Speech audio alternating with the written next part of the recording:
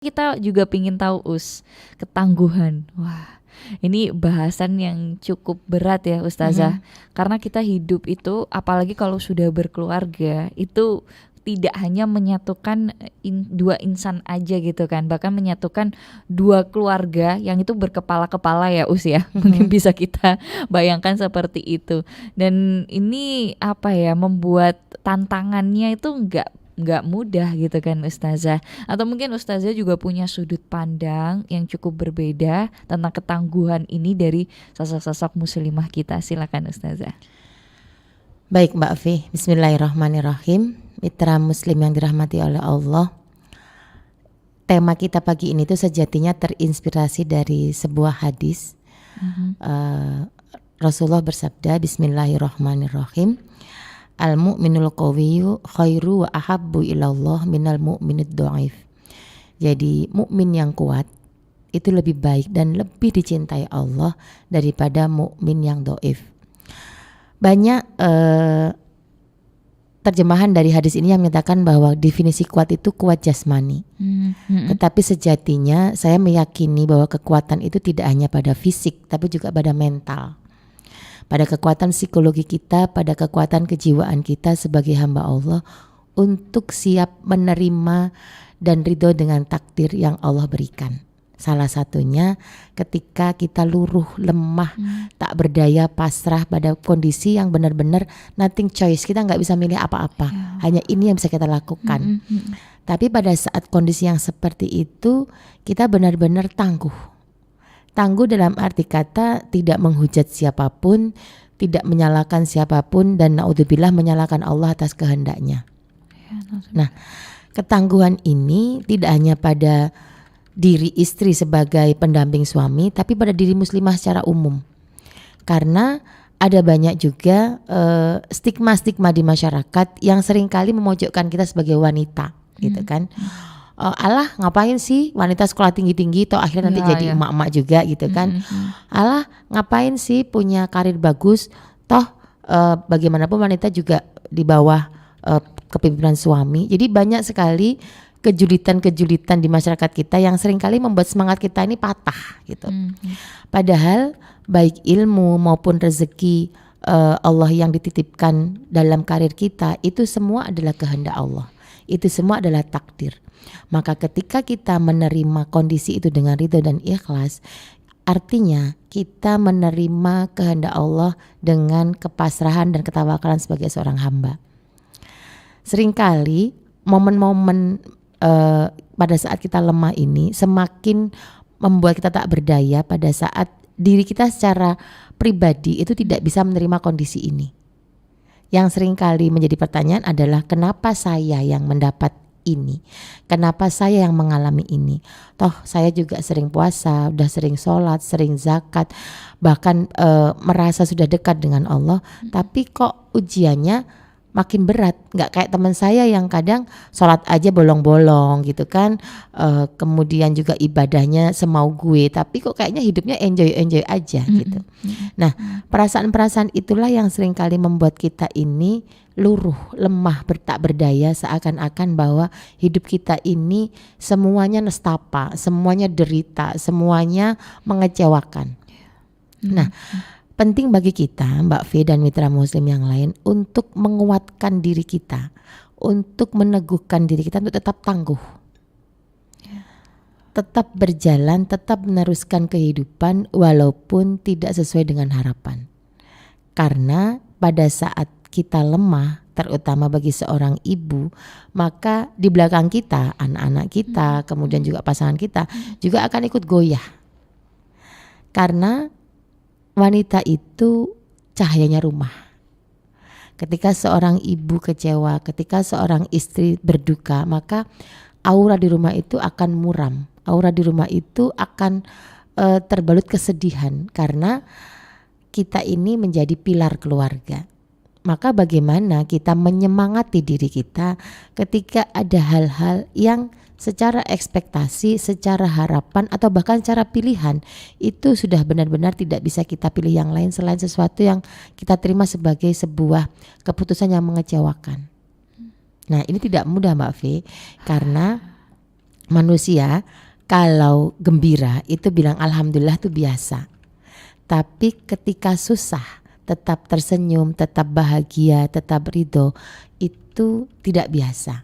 Karena manusia ini selalu memiliki harapan dan ekspektasi, dan itu memang harus supaya kita memiliki sikap positif. Tetapi ketika semua itu tidak terjadi, bagaimana kita ini tidak luruh, tidak kecewa, tidak menjadikan seluruh hidup kita ini menjadi perasaan yang membuat kita merasa tidak berharga. Gitu Mbak Fi. Itu pasti sulit gitu ya Ustazah ya, ketika memang ada perasaan-perasaan, ada bisikan, prasangka. Itu tantangan memang ya Us ya. Betul, betul sekali. Masya Allah. Oke, baik. Tapi kita sebenarnya pingin bahasnya lanjut lagi Us. Nanti tipsnya deh di segmen yang kedua aja ya Ustazah. Kita harus jeda dulu sejenak mitra muslim. Tarik nafas panjang dulu. Di segmen pertama aja kita udah hela nafas berapa kali Ustazah. Kayak apa ya, muter kaset gitu loh, balik recall memori kita. Kayaknya ini nih fase-fase yang kita lalui bareng-barengan aja ya mitra muslim. Jadi kita akan menunggu interaksi dari Anda. Kalau mungkin Anda juga sedang melihat tayangan visual kami, insya Allah ini bisa jadi jalan kita bareng-bareng ya mitra muslim. Boleh juga untuk di kolom chat YouTube kita, ramaikan di sana. Boleh WA 0855300938. Boleh telepon juga di 0315624 555. Jangan kemana-mana ya mitra muslim, tetap bersama kami dalam program Mozaik. Oke, baik, masih bersama dengan Ustazah Siti Fauzia SPDC BHC MSI ya. Beliau ini sudah hadir begitu dari segmen pertama dan bahkan agak menyayat hati kalau dari segmen pertama gitu ya Ustazah ya. Ngingetin gitu kalau hidup kita mungkin apa ya yang tadi sempat Ustazah sampaikan di awal gitu, ngelihat yang lain gitu loh kadang kan rumput tetangga itu emang hijau banget gitu ya, meskipun dia nggak selamanya hijau, kadang kita ketika dia menguning dan lain sebagainya kita nggak tahu, mungkin taunya hijaunya itu ya Ustazah ya. Dan ini membuat kita kadang agak ya seuzon ya, atau mungkin protes gitu kepada takdir yang sudah Allah berikan, dan akhirnya tadi ya jatuh ke hal yang membuat kita tidak baik-baik saja. Biar tangguh lagi deh Ustazah, mungkin ada beberapa tips yang bisa kita bagikan di segmen kali ini, silakan Us. Baik Mbak Fi, jadi seringkali duka lara kita itu semakin meronta-ronta, semakin terluka ketika kita membandingkan dengan orang yang selama ini kita anggap sebagai kompetitor kita. Baik itu saudara, tetangga, teman, atau siapapun yang kita anggap kok dia yang dapat rezeki, kok aku enggak, kok dia yang bahagia, kok aku enggak. Sehingga kita sibuk dengan kehidupan orang lain, dan ketika itu sudah masuk menjadi kebiasaan kita, maka kita selalu membandingkan kecewa kita selalu membandingkan rasa luka kita dengan kebahagiaan orang lain. Akhirnya makin berdarah-darah hati kita. Gitu. Jadi seringkali manusia ini tidak fokus dengan dirinya sendiri, abai, sibuk, karena seringkali tidak sadar sejak kecil kita ini suka dibanding-bandingkan dengan orang, sehingga sikap membandingkan itu sudah menjadi kebiasaan kita. Nah, bagaimana kita sebagai hamba Allah ini tetap happy walaupun duka lara itu menimpa kita? Karena yang pertama kita harus selalu meyakini bahwa Allah itu tidak pernah melepaskan kita, tidak pernah membiarkan kita, selalu memantau, mendampingi dan membimbing kita dengan caranya. Nah, cara Allah inilah yang harus kita pahami, karena terkadang kita ini memandang cara Allah sebagaimana cara kita. Ya, perspektifnya ala manusia, perspektifnya ya Ustazah, ala subjek diri kita. Jadi kita menganggap Allah menolong itu kalau seperti yang kita mau. Kita menganggap Allah sayang itu kalau apa yang kita inginkan kita dapatkan.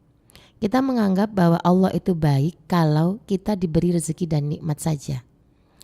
Padahal Seringkali Allah itu mengirimkan ujian, mengirimkan musibah, mengirimkan cobaan. Sejatinya adalah untuk menjaga kita supaya tetap di jalannya. Untuk membuat kita tetap on the track, supaya kita selalu mengingat dan dekat kepada Allah. Bukankah kebahagiaan dekat dengan Allah itu sebuah anugerah yang luar biasa? Karena seringkali manusia ini tergelincirnya ketika dia bahagia. Lalai ya biasanya usia. Betul. Ada kelalaian. Jadi meyakini bahwa apapun yang Allah berikan itu adalah cara Allah untuk menjaga kita. Cara Allah itu harus kita highlight, kita garis bawahi Mbak Vi, supaya kita tidak mengatur Allah sebagaimana mau kita. Kita tidak mengatur Allah sebagaimana cara kita. Bukankah seringkali obat ataupun kalau orang Jawa itu jamu itu perlu diminum untuk menyehatkan tubuh kita. Dan ada pahitnya pasti dulu. Pahit, pasti rasanya nggak enak. Tetapi nyaman. After itu kita pasti akan merasakan kebaikan-kebaikan yang kita rasakan. Nah, seperti itulah peribaratan kecewa, luka, nestapa yang Allah berikan kepada kita. Itu sejatinya untuk clean up diri kita. Mungkin ada sombong yang menempel di hati kita, mungkin ada hasad yang ada di hati kita, atau mungkin ada hal-hal yang sekecil apapun itu Allah rasa tidak baik. Allah bersihkan melalui teguran-teguran halus, melalui peringatan-peringatan yang Allah kirimkan sebagai tanda sayang untuk kita. Maka mari menikmati setiap proses yang kita alami dalam hidup ini sebagai bagian dari sekolah kehidupan yang kurikulumnya sudah Allah ciptakan spesial untuk kita. Dan seringkali kurikulum itu justru memperbaiki sikap-sikap yang kurang baik dari kita, yang kadang itu kita cintai, tidak kita sadari. Misal kita merasa bahwa diri kita ini serba bisa, serba mampu menyelesaikan masalah, serba bisa mengatur banyak orang. Maka ada satu kejadian yang Allah berikan kepada kita untuk mengingatkan bahwa kamu ini manusia, ada keterbatasan. Dan oleh karena itu Allah kirimkan peristiwa yang disebut dengan kegagalan, kehilangan, atau bahkan penundaan. Yang itu sejatinya Allah berikan kepada kita untuk memahamkan hakikat esensi kita sebagai manusia, bahwa kita ini lemah, tak berdaya tanpa kekuatan, tanpa bimbingan, tanpa pertolongan Allah. Itulah esensinya kenapa Allah kirimkan kegagalan, kesedihan, kekecewaan, kehilangan untuk kembali lagi kepada Allah. Karena Allah lah yang maha memiliki, Allah yang maha menggenggam, Allah yang maha mengatur. Jadi Allah dulu, Allah lagi, dan Allah nanti. Itu Allah harus terus. kita kuatkan dalam diri kita. Karena kalau tidak kita biasakan itu melandasi hati kita, maka kita susah bangkit dari rasa kecewa. Kita akan benar-benar luruh ketika ada hal yang membuat kita terluka. Baik, Ustazah, ini saya baca-baca beberapa jurnal gitu ya. Ini ada yang menarik banget Ustazah yang disampaikan dari ini ya, Ketua dari Laboratorium Psikologinya Universitas Indonesia. Beliau ini melakukan riset dan hasilnya memang warga kita gitu ya. Kita bicara secara general ya ya, tanpa memandang gender siapapun gitu, laki-laki perempuan, orang Indonesia itu memang kurang tangguh Ustazah. Begitu ya. Ini menurut riset beliau ya. Jadi kebanyakan warga Indonesia itu cenderung tidak tahan terhadap tekanan. Kemudian juga rasa sakit, pesimis juga ketika melihat masa depan itu seperti apa gitu Ustazah. Dan mungkin sekarang sudah mulai bisa kita rasakan pada generasi-generasi muda kita juga Ustazah, yang mungkin kalau tingkat resiliensinya sama, ya mohon maaf ya mitra muslim ya, generasi-generasi sebelumnya dengan ya tataran yang cukup berbeda gitu ya, tekanan yang berbeda juga, itu apa ya, mudah untuk ganti arah gitu Ustazah. Nah ini mungkin yang bisa kita sampaikan ya di pagi hari ini, mumpung kita bahas ketangguhan juga gitu Ustazah. Mungkin ada beberapa tips atau mungkin ada beberapa masukan dari Ustazah supaya bareng-bareng gitu loh. Ada yang mengatakan juga, oh karena strawberry generation ini karena juga strawberry parentingnya juga. Padahal sebenarnya enggak juga untuk mengeneralisir semuanya kayak gitu ya usia. Kalau kita balik lagi ke Islam, apalagi Ustazah sudah mengingatkan sedekat itu kita kalau sama Allah ya kita akan ditolong juga. Mungkin ada penguatan-penguatan di sisi itu Ustazah yang bisa disampaikan. Baik, jadi ketangguhan itu sejatinya dibiasakan. Tidak hanya diajarkan, tetapi juga dicontohkan. Seringkali anak-anak itu melihat, mencontoh perilaku orang tuanya. Jadi kalau kita ingin anak-anak kita tangguh, maka harus dimulai dari diri kita dulu. Kalau dalam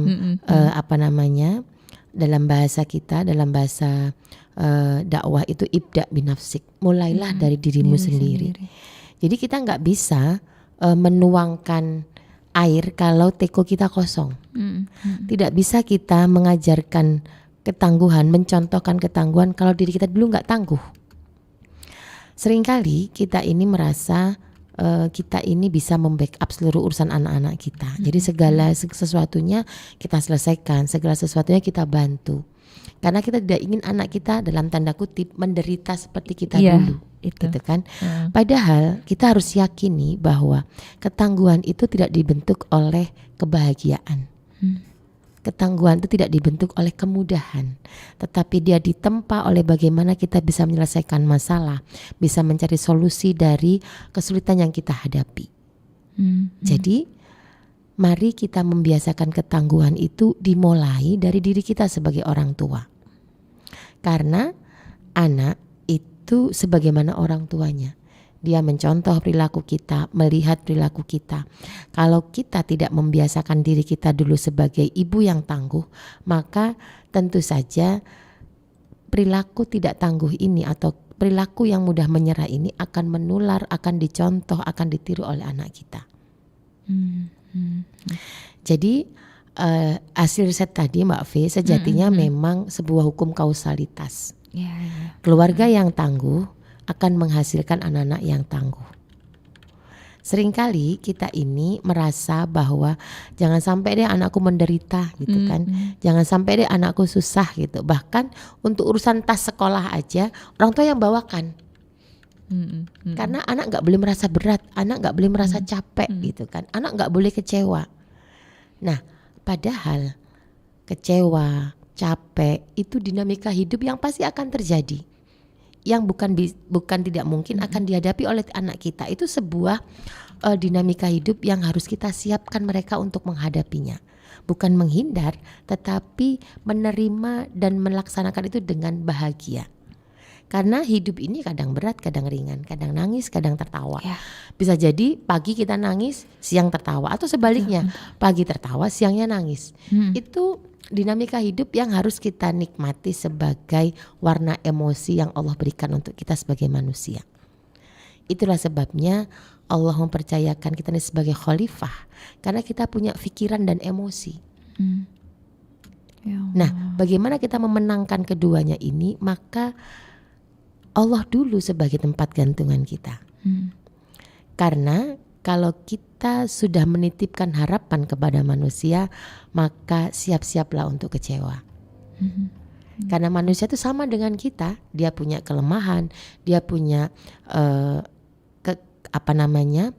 hal-hal yang tidak bisa diprediksi juga. Kalaupun dia punya kuasa, kalaupun dia punya jabatan, itu hanya titipan yang suatu saat pun bisa Allah ambil dengan tiba-tiba. Maka supaya kita tetap tangguh, tetap tegar, maka hal yang harus kita lakukan pertama kali adalah tetap bergantung kepada Allah dalam kondisi apapun. Tetap menjadikan Allah sandaran terbaik hidup kita dalam segala suasana. Karena kalau sudah bersama Allah, insya Allah tak ada kecewa. Pasti akan ada jawaban-jawaban dari setiap doa, akan ada solusi-solusi dari setiap kesulitan. Meski terkadang jawaban doa kita itu tidak sebagaimana yang kita harapkan, tetapi itulah justru pertolongan. seringkali kita ini maunya instan gitu kan. Punya masalah langsung pingin segera ada solusi. Doanya pun juga solusi. Ini ya Allah yang saya mau. Semoga engkau mengizinkan ini. Ini kayaknya ngatur gitu kan. Maka bersandar kepada Allah, meminta, ya Allah hamba berharap ini terjadi dengan izinmu. Namun bila bukan ini ya Allah yang menjadi ridhomu, maka gantilah dengan yang lebih baik menurut engkau, dan tolong hamba untuk ridho dengan ketentuanmu.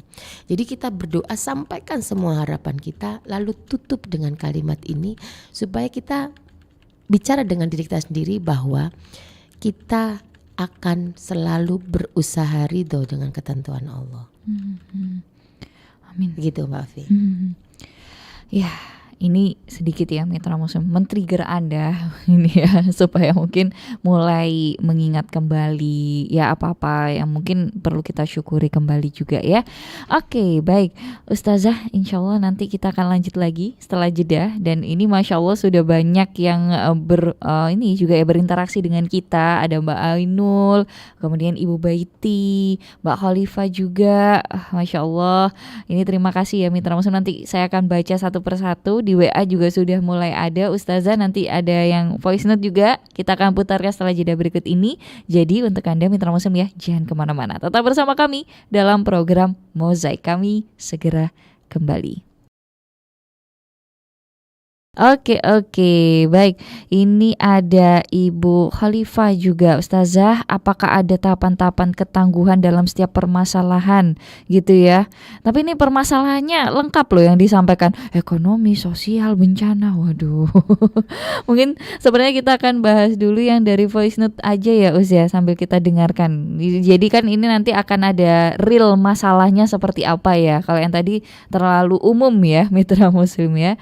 Dari Umu Ahish yang ada di Lumajang Us. Kita coba dengarkan dulu ya.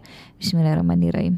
Assalamualaikum Ustazah, mohon maaf ini mau bertanya. Saya bingung mau masuk dari mana gitu ya, untuk sedikit meringankan atau sedikit memberikan istilahnya dibilang pencerahan ya gimana ya. Saya begini, punya teman yang mohon maaf sekali ya saya nggak sebut namanya ya. Jadi menikah sudah 2 tahun dan mohon maaf sekali suaminya itu tidak menyentuh dia.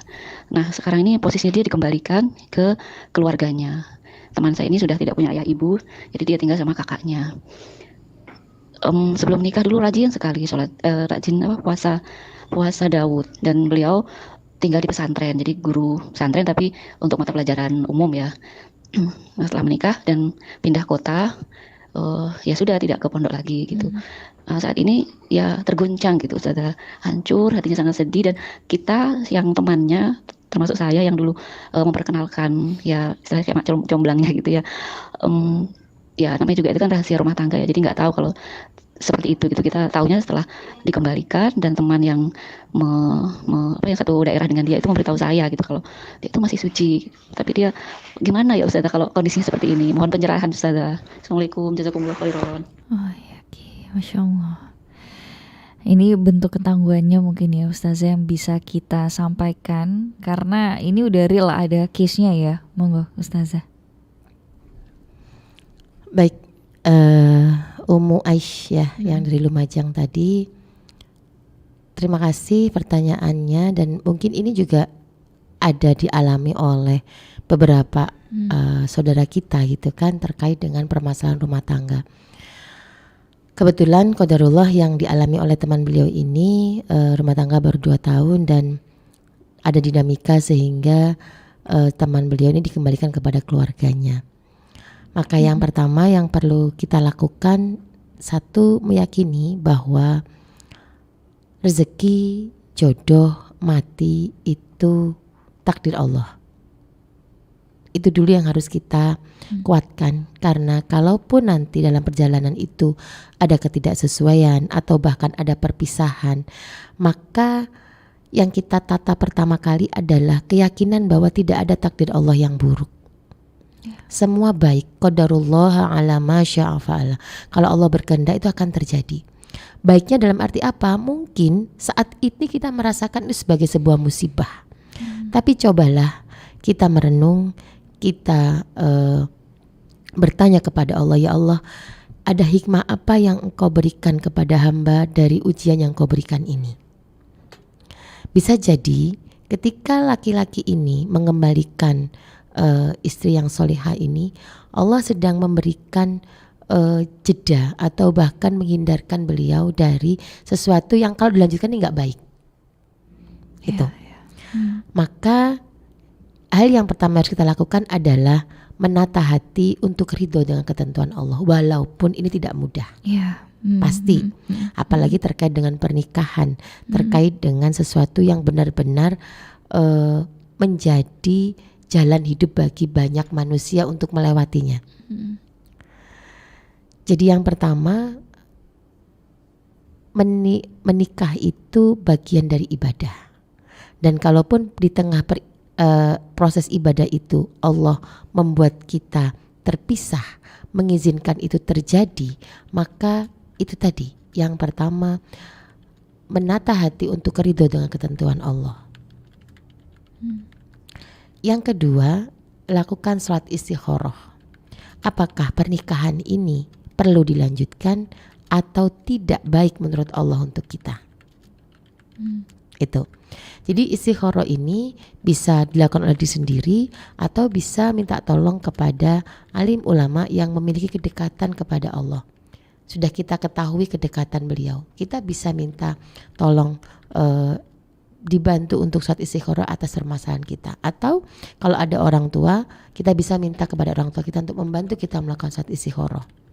Karena tadi kebetulan sahabatnya Ummu Aisyah ini tidak ada orang tua, maka orang yang terdekat diri sendiri, kakak atau kepada alim ulama yang secara kredibilitas kita ketahui kedekatannya, kita ketahui amal solehnya, dan itu bisa kita mintakan tolong untuk melakukan salat istikharah untuk permasalahan kita.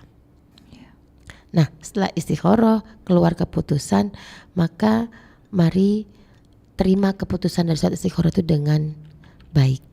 Lakukan itu. Kalau misal dari salat istikharah itu Allah memberikan petunjuk pernikahan ini tidak baik untuk dilanjutkan, maka ridholah.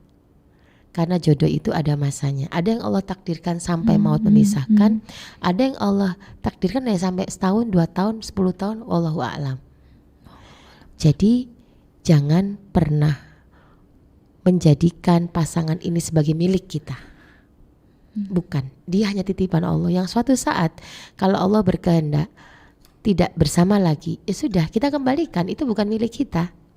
Itu. Jadi apapun yang Allah titipkan suatu saat pasti akan kembali. Entah kembali itu dalam bentuk perpisahan, entah kembali dalam bentuk kematian, pasti akan ada masa itu terjadi. Dan yang ketiga, yang keempat setelah menjalankan istikharah, bergabung dengan komunitas untuk self healing, menguatkan diri, ikut komunitas pengajian, ikut bakti sosial. Nah, terutama memang secara psikologis kegiatan sosial ini sangat banyak bisa membantu healing seseorang yang sedang terluka, membantu fakir miskin, anak yatim, membantu orang yang secara kondisi jauh di bawah kita. Itu akan membuat kita kuat dan bersyukur bahwa ya Allah, kondisiku seperti ini masih ada yang jauh lebih sulit dari aku dan mereka tetap bahagia. Jadi frekuensi bahagia itu yang sedang kita dapatkan ketika kita membantu orang lain, gitu. Jadi tidak ada yang perlu dipersalahkan, karena pun kalau kita menjadi wasilah ta'aruf itu, kita pun juga tidak akan memilihkan jodoh yang tidak baik untuk sahabat kita. Betul. Nggak mungkin Baik dan tidak asal-asalan. baiknya itu benar-benar sangat terbatas karena kita ini manusia, hanya pandangan mata. Itu. Jadi Ummu Aisyah dan sahabat yang sedang panjenengan ceritakan ini tidak perlu menyalahkan siapapun dalam kondisi seperti ini, karena Allah yang mengizinkan ini terjadi. Jadi kembalikan kepada Allah, minta kekuatan kepada Allah, dan gandeng tangan sahabat panjenengan ini untuk kembali tangguh, untuk kembali tegar dan ridho atas ketentuan Allah. Bismillah, semoga Allah memberikan jalan keluar terbaik untuk kesulitan sahabat panjenengan ini. Amin. Terima kasih. Amin amin ya rabbal alamin. Dan kami juga terima kasih ya, ada sosok sahabat yang juga cukup peduli, kemudian juga mau gitu kan untuk terus mendampingi. Semoga kita kuatkan juga ya semuanya mitra muslim yang mungkin juga saat ini mitra muslim mendengarkan Kok sama ya dengan posisi saya ini ya. Masya Allah, ini semoga menjadi ladang pertemuan yang indah ya mitra muslim untuk bisa saling menguatkan. Masya Allah. Oke, Umu Izan ini juga kalau bicara ketangguhan Masya Allah deh Ustazah memang. Ini ya menyimak mozaik. Terima kasih Umu Izan. Dan juga ada Ibu Wiwi ini minta pencerahannya Bu Winda ya di Gresik. Kalau saya berdoa nih memohon hidayah dan ridho ke Allah, kalau membawa hikmah yang baik semoga Allah meridhoinya, tapi kalau tidak membawa hikmah yang tidak baik ya mohon hidayahnya. Apapun yang hamba lakukan seperti itu. Apakah sudah benar ya doa saya Ustazah?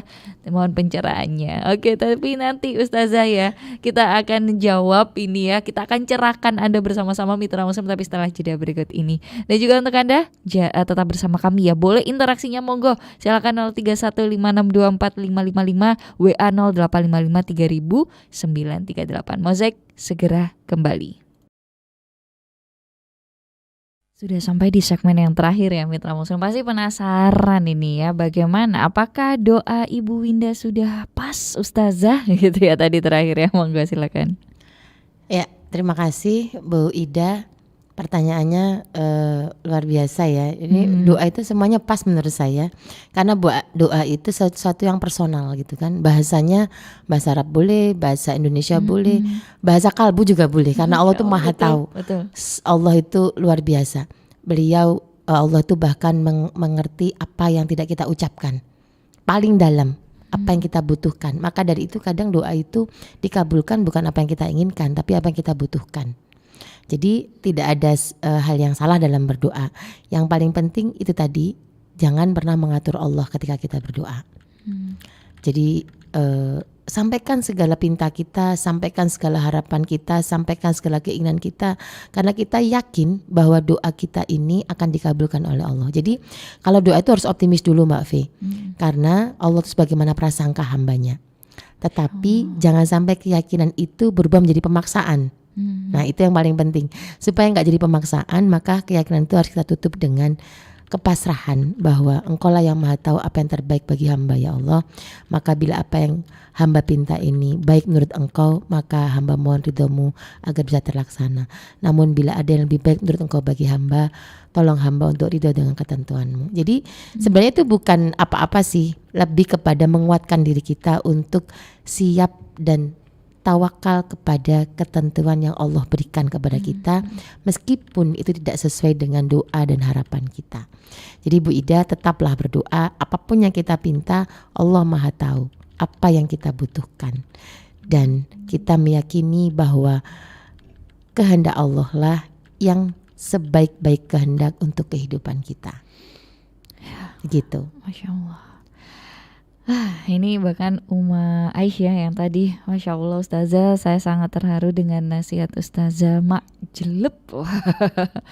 Ya ini memang ketika kita real menghadapi beberapa tantangan ya Ustazah, itu pasti bakalan kerasa ini vibe-nya ya Us. Ini sayangnya waktunya Us yang terbatas banget. Masya Allah. Sudah mau jam 11 ya. Oke, mungkin ada yang mau disimpulkan juga Ustazah, meskipun tips sepertinya belum keluar semua ini ya, atau sudah tercover juga Us dari case-case yang disampaikan oleh mitra muslim? Insya Allah dari apa yang kita diskusikan, mitra muslim bisa menyimpulkan bahwa hidup ini semuanya milik Allah.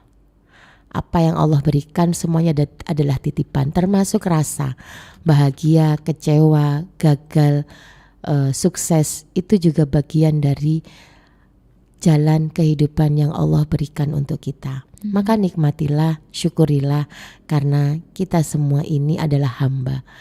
Hak prerogatif Allah untuk mengatur kita. Melatih diri kita untuk ridho dengan ketentuan Allah adalah cara kita untuk berusaha menjadi hamba yang dicintai Allah, karena ridho dengan apapun ketentuannya. Bismillah, mari kita biasakan diri kita untuk selalu bahagia dengan kondisi apapun yang Allah berikan, karena kita yakin Allah tidak pernah salah memilih pundak ketika memberikan ujiannya. Dan ketika Allah memberikan ujian, pada saat yang sama Allah juga memberikan pertolongan untuk kita. Maka yakinlah Allah adalah sebaik-baik penolong. bersama Allah tidak ada jalan buntu. Tetap semangat, tetap yakin karena Allah sebaik-baik penolong dan pemberi pertolongan. Masya Allah, amin. Terima kasih. Amin. Assalamualaikum warahmatullahi wabarakatuh. Waalaikumsalam warahmatullahi wabarakatuh. Ustazah, sehat selalu ya. Salam untuk keluarga ya Us Insya Allah ya. disampaikan Mbak V. Saya juga untuk Mbak V dan Masya teman-teman Allah, Suara Muslim. Amin, amin, amin ya robbal alamin. Baik, mitra Muslim, demikian untuk program Mozaik kita di siang hari ini. Sehat selalu juga untuk Anda dan juga keluarga ya mitra Muslim. Insya Allah tangguhnya bareng-bareng ya. Indonesia sehat ya, Anda juga keluarga semuanya bisa berkumpul juga ya mitra Muslim, membuat suatu keluarga yang lebih tangguh lagi supaya bisa bermanfaat bukan hanya untuk diri Anda sendiri tapi juga orang-orang di sekitar Anda. Kemudian juga mitra Muslim, terima kasih untuk rekan-rekan yang bertugas di Suara Muslim Lumajang, Suara Muslim Tuban, dan juga Mitra FM Batu, Kang Yuda, dan juga produser saya ada Elsa Khairunisa ya. Saya Fidelita Putri pamit undur diri. Mohon maaf ya mitra Muslim, mungkin ada salah kata yang tak sengaja saya ucapkan gitu ya mitra Muslim di siang hari ini. Subhanakallahumma bihamdika nasyhadu alla ilaha illa anta nastaghfiruka wa natubu ilaik. Maha suci Engkau ya Allah, dan dengan memujimu kami bersaksi tiada Tuhan yang berhak diibadahi selain Engkau. Kami memohon ampun dan bertaubat kepadamu. Terus dengarkan mitra Muslim program Mozaik, atau juga bisa menikmati tayangan visualnya di www.youtube.com. Ini langsung aja alamat kami di Suara Muslim TV. Wassalamualaikum warahmatullahi wabarakatuh.